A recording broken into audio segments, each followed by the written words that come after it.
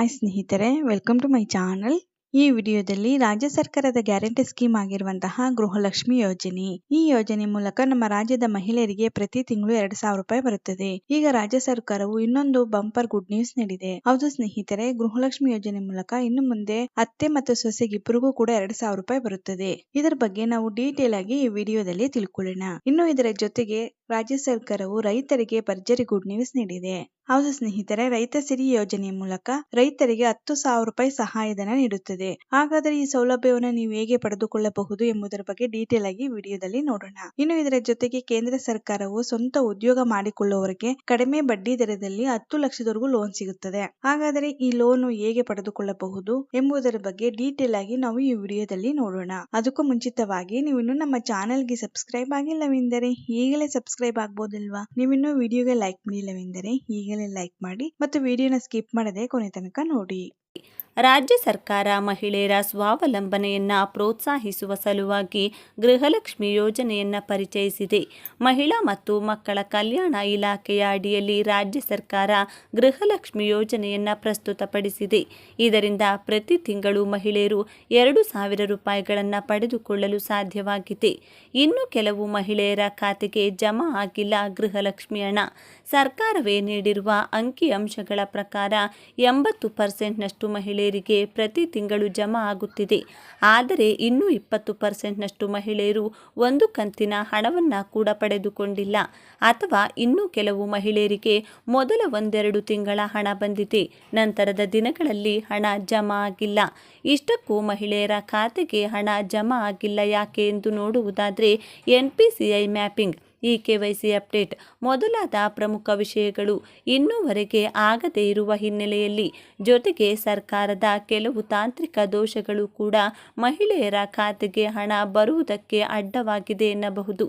ಆದರೆ ಇದೆಲ್ಲವನ್ನ ಪರಿಹರಿಸುವ ಸಲುವಾಗಿ ಸರ್ಕಾರ ಪ್ರತಿ ಜಿಲ್ಲೆಗೆ ಅಧಿಕಾರಿಗಳನ್ನು ಕಳುಹಿಸಿ ಮಹಿಳೆಯರ ಸಮಸ್ಯೆಯನ್ನು ಕೇಳಿ ಪರಿಹಾರ ಸೂಚಿಸುವಂತೆ ತಿಳಿಸಿದೆ. ಅತ್ತೆ ಮರಣ ಹೊಂದಿದ್ರೆ ಸೊಸೆಗೆ ಹಣ. ಒಂದು ವೇಳೆ ಗೃಹಲಕ್ಷ್ಮಿ ಯೋಜನೆಯ ಹಣವನ್ನು ಪಡೆದುಕೊಳ್ಳುತ್ತಿರುವ ಮಹಿಳೆ ಮರಣ ಹೊಂದಿದರೆ ಮುಂದಿನ ಕಂತಿನ ಹಣ ಯಾರಿಗೆ ಹೋಗುತ್ತದೆ ಎನ್ನುವ ಪ್ರಶ್ನೆ ಹಲವರಲ್ಲಿ ಗೊಂದಲವನ್ನು ಸೃಷ್ಟಿ ಮಾಡಿದೆ. ಇಂತಹ ಘಟನೆಗಳು ಕೂಡ ನಡೆದಿದೆ. ಸುಮಾರು 3,000ಕ್ಕೂ ಹೆಚ್ಚಿನ ಮಹಿಳೆಯರು ಅರ್ಜಿ ಸಲ್ಲಿಸಿದ ನಂತರ ಮರಣ ಹೊಂದಿದ್ದು, ಅವರು ಅರ್ಹರಾಗಿದ್ದರೂ ಕೂಡ ಹಣ ಪಡೆದುಕೊಳ್ಳಲು ಸಾಧ್ಯವಾಗಿರಲಿಲ್ಲ. ಹಾಗಾದರೆ ಆ ಹಣ ಯಾರಿಗೆ ಸಲ್ಲಬೇಕು ಎಂದು ಮನೆಯವರ ಪ್ರಶ್ನೆಯಾಗಿದೆ. ಸರ್ಕಾರ ಇದಕ್ಕೂ ಪರಿಹಾರವನ್ನು ಕೊಟ್ಟಿದ್ದು, ಒಂದು ವೇಳೆ ಗೃಹಲಕ್ಷ್ಮಿ ಯೋಜನೆಯ ಹಣವನ್ನು ಪಡೆದುಕೊಳ್ಳುತ್ತಿರುವ ಮಹಿಳೆ ಮರಣ ಹೊಂದಿದರೆ ಆಕೆಯ ಖಾತೆಗೆ ಬರಬೇಕಿದ್ದ ಹಣವನ್ನು ಆಕೆಯ ಹಿರಿಯ ಸೊಸೆ ಪಡೆದುಕೊಳ್ಳಲು ಸಾಧ್ಯವಿದೆ. ಇದಕ್ಕಾಗಿ ರೇಷನ್ ಕಾರ್ಡ್ನ ಯಜಮಾನಿಯ ಸ್ಥಾನದಲ್ಲಿ ಸೊಸೆಯ ಹೆಸರನ್ನು ಸೇರಿಸಬೇಕು ಹಾಗೂ ಅತ್ತೆ ಮರಣ ಹೊಂದಿರುವ ಬಗ್ಗೆ ಅಧಿಕೃತ ಮಾಹಿತಿ ನೀಡಿ ಅರ್ಜಿ ಸಲ್ಲಿಸಿದರೆ ಅವರ ಖಾತೆಗೆ ಹಣ ಜಮಾ ಮಾಡಲಾಗುವುದು ಎಂದು ಸರ್ಕಾರ ತಿಳಿಸಿದೆ. ಗೃಹಲಕ್ಷ್ಮಿ ಯೋಜನೆಯ 6 ಕಂತಿನ ಹಣ ಈಗಾಗಲೇ ಬಿಡುಗಡೆಯಾಗಿದೆ. ಇನ್ನು 7ನೇ ಕಂತಿನ ಹಣ ಕೆಲವೇ ದಿನಗಳಲ್ಲಿ ಬಿಡುಗಡೆಯಾಗಲಿದ್ದು, ಮಾರ್ಚ್ 20ನೇ ತಾರೀಕಿನ ಒಳಗೆ ಮತ್ತೆ 2,000 ರೂಪಾಯಿ ಫಲಾನುಭವಿಗಳ ಖಾತೆಯನ್ನು ಸೇರಲಿದೆ. ಕರ್ನಾಟಕ ರಾಜ್ಯ ಸರ್ಕಾರ ರೈತರ ಅಭಿವೃದ್ಧಿಗಾಗಿ ಸಾಕಷ್ಟು ಬೇರೆ ಬೇರೆ ಆರ್ಥಿಕ ಸಹಾಯವನ್ನು ನೀಡುವಂಥ ಯೋಜನೆಗಳನ್ನು ಪರಿಚಯಿಸಿದೆ. ಇತ್ತೀಚೆಗೆ ಕರ್ನಾಟಕ ರಾಜ್ಯದಲ್ಲಿ ಬರಪೀಡಿತ ಪ್ರದೇಶದ ರೈತರಿಗೆ ಬರ ಪರಿಹಾರವನ್ನು ಕೂಡ ಸರ್ಕಾರ ನೀಡಿದೆ. ಮುಂಗಾರು ಮಳೆ ಇಲ್ಲದೆ ಬೆಳೆ ಸರಿಯಾಗಿ ಆಗದೆ ಸಮಸ್ಯೆ ಅನುಭವಿಸುತ್ತಿರುವ ರೈತರಿಗೆ ಇದರಿಂದ ಪ್ರಯೋಜನವಾಗಿದೆ. ಈಗ ರಾಜ್ಯ ಸರ್ಕಾರ ಬಜೆಟ್ನಲ್ಲಿ ಮತ್ತೊಂದು ಯೋಜನೆಯ ಬಗ್ಗೆ ತಿಳಿಸಿದ್ದು, ಈ ಮೂಲಕ ರೈತರು ಸ್ವಾವಲಂಬಿಗೆ ಬದುಕು ಕಟ್ಟಿಕೊಳ್ಳಲು 10,000 ರೂಪಾಯಿಗಳನ್ನು ಸರ್ಕಾರದಿಂದ ಪಡೆಯಬಹುದು. ಅದುವೇ ರೈತ ಸಿರಿ ಯೋಜನೆ. ರೈತ ಸಿರಿ ಯೋಜನೆಯ ಅಡಿಯಲ್ಲಿ ಆರ್ಥಿಕ ಸೌಲಭ್ಯ 2019-20ನೇ ಸಾಲಿನಲ್ಲಿ ರೈತ ಸಿರಿ ಯೋಜನೆಯನ್ನು ಆರಂಭಿಸಿ ನಂತರ ಸ್ಥಗಿತಗೊಳಿಸಲಾಗಿತ್ತು. ಈಗ 2024ರಲ್ಲಿ ಮತ್ತೆ ರೈತ ಸಿರಿ ಯೋಜನೆಗೆ ರಾಜ್ಯ ಸರ್ಕಾರ ಅನುದಾನ ನೀಡುವುದಾಗಿ ತಿಳಿಸಿದೆ. ಅವರಿಗೆ ಬೇಕಾದಷ್ಟು ನೀರನ್ನು ಮುಂಗಾರು ಮಳೆಯಿಂದ ಒದಗಿಸಲು ಸಾಧ್ಯವಾಗದೇ ಇರುವ ಪಕ್ಷದಲ್ಲಿ ರೈತರಿಗೆ ಅನುಕೂಲವಾಗುವಂತೆ ನೀರಾವರಿ ಕೆರೆಗಳನ್ನು ಸರ್ಕಾರ ನಿರ್ಮಿಸಿಕೊಡುತ್ತದೆ. ಇಸ್ರೇಲ್ ಮಾದರಿಯಲ್ಲಿ ಸೂಕ್ಷ್ಮ ನೀರಾವರಿ ಸೌಲಭ್ಯವನ್ನು ನಮ್ಮ ರೈತರು ಕೂಡ ಅಳವಡಿಸಿಕೊಳ್ಳಲು ರಾಜ್ಯ ಸರ್ಕಾರ 250 ಕೋಟಿ ರೂಪಾಯಿಗಳನ್ನು ಮೀಸಲಿಟ್ಟಿದೆ. ಈ ಯೋಜನೆಯ ಅಡಿಯಲ್ಲಿ ರೈತರಿಗೆ ಅನುಕೂಲವಾಗುವಂತಹ ಹಾಗೂ ಅವರ ಕೃಷಿ ಚಟುವಟಿಕೆಗೆ ಬೇಕಾಗುವ ಹಲವು ಸೌಲಭ್ಯಗಳನ್ನು ಒದಗಿಸಿಕೊಡುವುದು ಸರ್ಕಾರದ ಉದ್ದೇಶವಾಗಿದೆ. ರೈತರಿಗೆ ನೀರಾವರಿಗೆ ಬೇಕಾಗುವ ಕೃಷಿ ಹೊಂಡ, ಸೂಕ್ಷ್ಮ ನೀರಾವರಿ ವ್ಯವಸ್ಥೆ ಮೊದಲಾದವುಗಳನ್ನು ಒಳಗೊಂಡಂತೆ ಸಾಕಷ್ಟು ಪ್ರಯೋಜನಗಳು ರೈತ ಸಿರಿ ಯೋಜನೆಯ ಅಡಿಯಲ್ಲಿ ಸಿಗಲಿದೆ. ರೈತ ಸಿರಿ ಯೋಜನೆ ಪ್ರಯೋಜನ ಪಡೆದುಕೊಳ್ಳಲು ಯಾರು ಅರ್ಹರು? ಕರ್ನಾಟಕದ ನಿವಾಸಿಗಳಾಗಿರಬೇಕು, ಕೃಷಿ ವೃತ್ತಿಯನ್ನೇ ಮಾಡುವವರಾಗಿರಬೇಕು. ರಾಗಿ ಬೆಳೆಯುವ ಪ್ರಾಥಮಿಕ ಬೆಳೆಗಾರರಿಗೆ ಮಾತ್ರ ಈ ಯೋಜನೆಯ ಪ್ರಯೋಜನ ಸಿಗಲಿದೆ. ಕನಿಷ್ಠ 1 ಹೆಕ್ಟೇರ್ ಜಮೀನು ಆಸ್ತಿ ಹೊಂದಿರಬೇಕು. ಅರ್ಜಿ ಸಲ್ಲಿಸಲು ಬೇಕಾಗಿರುವ ದಾಖಲೆಗಳು: ರೈತರ ಆಧಾರ್ ಕಾರ್ಡ್, ರೈತರ ಭೂ ದಾಖಲೆಗಳು ಮತ್ತು ಪಹಣಿ, ನಿವಾಸ ಪ್ರಮಾಣಪತ್ರ, ಆದಾಯ ಪ್ರಮಾಣಪತ್ರ, ಪಡಿತರ ಚೀಟಿ, ಬ್ಯಾಂಕ್ ಖಾತೆಯ ವಿವರಗಳು, ಶಾಶ್ವತ ನಿವಾಸಿ ಪ್ರಮಾಣಪತ್ರ, ಪಾಸ್ಪೋರ್ಟ್ ಅಳತೆಯ ಫೋಟೋಗಳು. ರೈತ ಸಿರಿ ಯೋಜನೆಗೆ ಅರ್ಜಿ ಸಲ್ಲಿಸುವುದು ಹೇಗೆ? ರೈತ ಕೃಷಿ ವೆಬ್ಸೈಟ್ಗೆ ಭೇಟಿ ನೀಡಿ ಸೇವೆಗಳು ಎನ್ನುವ ವಿಭಾಗದಲ್ಲಿ ರೈತ ಸಿರಿ ಎನ್ನುವ ಆಯ್ಕೆ ಕಾಣಿಸುತ್ತದೆ. ಅದರ ಮೇಲೆ ಕ್ಲಿಕ್ ಮಾಡಿ.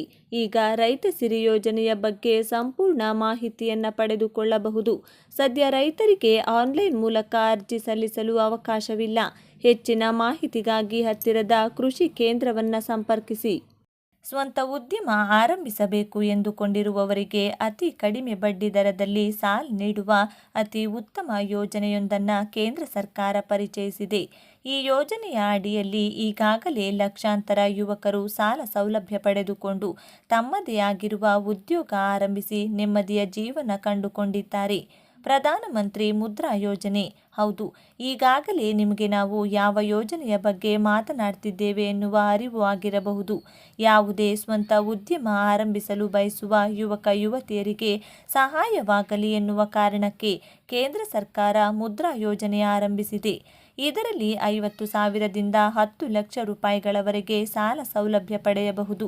ಬಡ್ಡಿ ದರ ಕಡಿಮೆ ಇರುತ್ತದೆ ಹಾಗೂ ಆರಂಭಿಕ ಸಾಲಕ್ಕೆ ಯಾವುದೇ ಗ್ಯಾರಂಟಿ ಕೊಡುವ ಅಗತ್ಯವೂ ಇಲ್ಲ. ಈ ಯೋಜನೆಯ ಅಡಿಯಲ್ಲಿ ಸಿಗಲಿದೆ 10 ಲಕ್ಷ ಸಾಲ. ಮುದ್ರಾ ಯೋಜನೆಯನ್ನು ಪ್ರಧಾನಮಂತ್ರಿ ನರೇಂದ್ರ ಮೋದಿಜಿಯವರು 2015ರಲ್ಲಿ ಆರಂಭಿಸಿದ್ದಾರೆ. ಈಗಾಗಲೇ ಸಾಕಷ್ಟು ಯುವಕ ಯುವತಿಯರಿಗೆ ಸ್ವಂತ ಉದ್ಯಮ ಮಾಡಲು ಮುದ್ರಾ ಯೋಜನೆಯ ಅಡಿಯಲ್ಲಿ ಸಾಲ ಸೌಲಭ್ಯ ಪಡೆದುಕೊಂಡಿದ್ದಾರೆ. ಯಾವುದೇ ರಾಷ್ಟ್ರೀಕೃತ ಬ್ಯಾಂಕ್ನಲ್ಲಿ ಮುದ್ರಾ ಯೋಜನೆಯ ಅಡಿ ಸಾಲ ನೀಡಲಾಗುತ್ತದೆ. ಈ ಯೋಜನೆಯ ಸಾಲವನ್ನು 3 ಹಂತಗಳಲ್ಲಿ ನೀಡಲಾಗುತ್ತದೆ. ಶಿಶು ಸಾಲ: ಇದರಲ್ಲಿ 50,000ಗಳನ್ನು ಸಾಲವಾಗಿ ಪಡೆಯಬಹುದು. ಇದಕ್ಕೆ ಯಾವುದೇ ಗ್ಯಾರಂಟಿ ಕೊಡುವ ಅಗತ್ಯವಿಲ್ಲ. ಕಿಶೋರ ಸಾಲ: 50,000ದಿಂದ 5 ಲಕ್ಷ ರೂಪಾಯಿಗಳವರೆಗೆ ಸಾಲ ಸೌಲಭ್ಯ ಪಡೆಯಬಹುದು. ತರುಣ ಸಾಲ: 5 ಲಕ್ಷಗಳಿಂದ 10 ಲಕ್ಷ ರೂಪಾಯಿಗಳವರೆಗೆ ಸಾಲ ಪಡೆಯಬಹುದು. ಬೇಕಾಗಿರುವ ಅರ್ಹತೆಗಳು ಮತ್ತು ದಾಖಲೆಗಳು: ಭಾರತೀಯ ಪ್ರಜೆಯಾಗಿರಬೇಕು, 20ರಿಂದ 70 ವರ್ಷ ವಯಸ್ಸಿನ ಒಳಗಿನವರಾಗಿರಬೇಕು. ಒದಗಿಸಬೇಕಾಗಿರುವ ದಾಖಲೆಗಳು: PAN card, Aadhaar card, passport, ವಿಳಾಸ ಪುರಾವೆ, ಯಾವ ಉದ್ಯಮ ಆರಂಭಿಸಲಿದ್ದೀರಿ ಎನ್ನುವುದರ ಬಗ್ಗೆ ಸಂಪೂರ್ಣ ಮಾಹಿತಿ. ಇಷ್ಟು ದಾಖಲೆಗಳನ್ನು ನೀವು ನಿಮ್ಮ ಹತ್ತಿರದ ಬ್ಯಾಂಕ್ ಶಾಖೆಗೆ ತೆಗೆದುಕೊಂಡು ಹೋಗಿ ಅರ್ಜಿ ಫಾರಂ ಭರ್ತಿ ಮಾಡಿ ಮುದ್ರಾ ಯೋಜನೆಯ ಸಾಲ ಪಡೆಯಬಹುದು. ಮುದ್ರಾ ಯೋಜನೆಯ ಅಡಿಯಲ್ಲಿ ಸಾಲ ಸೌಲಭ್ಯ ಪಡೆದುಕೊಳ್ಳಲು ನೀವು ಆರಂಭಿಸಲು ಬಯಸುವ ಉದ್ಯೋಗದ ಬಗ್ಗೆ ಸರಿಯಾದ ಮಾಹಿತಿ ನೀಡಬೇಕು. ನಿಮ್ಮ ಉದ್ಯೋಗಕ್ಕೆ 25%ನಷ್ಟು ಹಣವನ್ನು ನೀವು ಹೂಡಿಕೆ ಮಾಡಿದರೆ 75%ನಷ್ಟು ಹಣವನ್ನು ಸಾಲವಾಗಿ ಪಡೆಯಬಹುದು. mudra.org.in ಈ ವೆಬ್ಸೈಟ್ನಲ್ಲಿ ಯಾವ ಹಂತದ ಸಾಲ ಪಡೆದುಕೊಳ್ಳಲು ಇಚ್ಛಿಸುತ್ತೀರೋ ಅದನ್ನು ಆಯ್ಕೆ ಮಾಡಿಕೊಂಡು ಅರ್ಜಿ ಫಾರಂ ಭರ್ತಿ ಮಾಡಿ ಹತ್ತಿರದ ಬ್ಯಾಂಕ್ಗೆ ಹೋಗಿ ಅರ್ಜಿ ಸಲ್ಲಿಸಬೇಕಾಗುತ್ತದೆ.